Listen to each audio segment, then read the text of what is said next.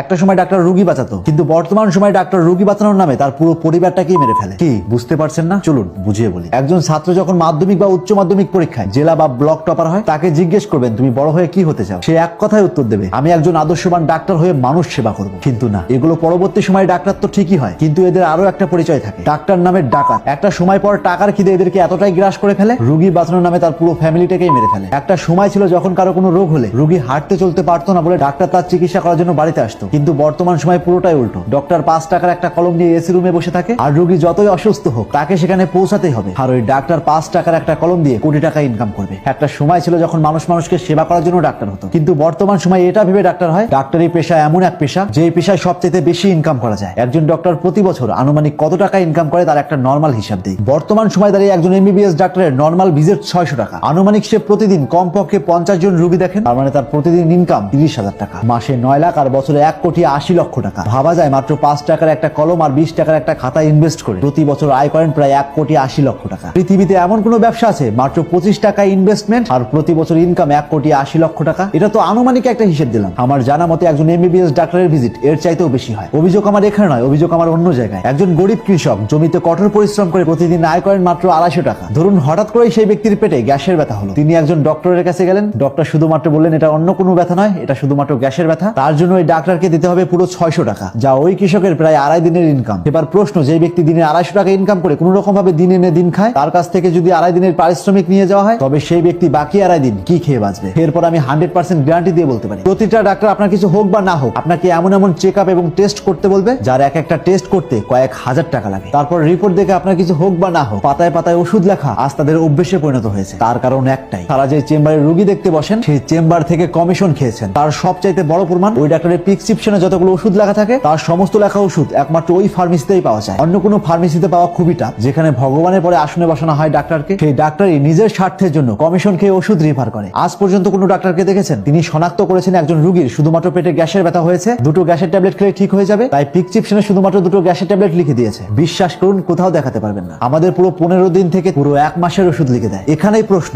এত ওষুধ কেন লেখে? এবার আসে এগুলো কেন লেখে? এইসব ডাক্তার নামে ডাকাতদের হায়ার করে কিছু অসাধু ওষুধ বিক্রেতার ফার্মেসি। তারা ওই ডাক্তারকে বলেন যে এই ওষুধগুলো তার কাছে আছে সেগুলো যেন পেশেন্টদের রেফার করেন। দেখবেন ওই প্রেসক্রিপশনে যত রকমের ওষুধ লেখা আছে তার প্রত্যেকটা ওষুধ ওই ফার্মেসিতেই পাবেন। আর দেখবেন ওই ডাক্তারগুলোর সঙ্গে সব সময় দালাল নামক কিছু চামচা থাকে। ডাক্তার ভালো চিকিৎসা করুক বা না করুক, ওই ডাক্তারের কাছে কোনো রোগী নিয়ে আসলে মিলবে কমিশন। বুঝতে পারছেন আজ আমাদের সমাজ কোথায় দাঁড়িয়ে? পৃথিবীতে এমন কোনো মানুষ দেখেছেন যার কোনো রোগ হয়নি কিন্তু ডাক্তারের কাছে যায়, অথচ সেখানে চিকিৎসা হোক বা না হোক তাকে সেখানে নিয়ে যেতেই হবে, না হলে যে ওই দালাল নামের চামচাগুলোর বউ বাচ্চাগুলো না খেয়ে মারা যাবে। অভিযোগ আমার এখানে নয়, অভিযোগ আমার অন্য জায়গায়। এই ডাক্তার নামের ডাকাতেরা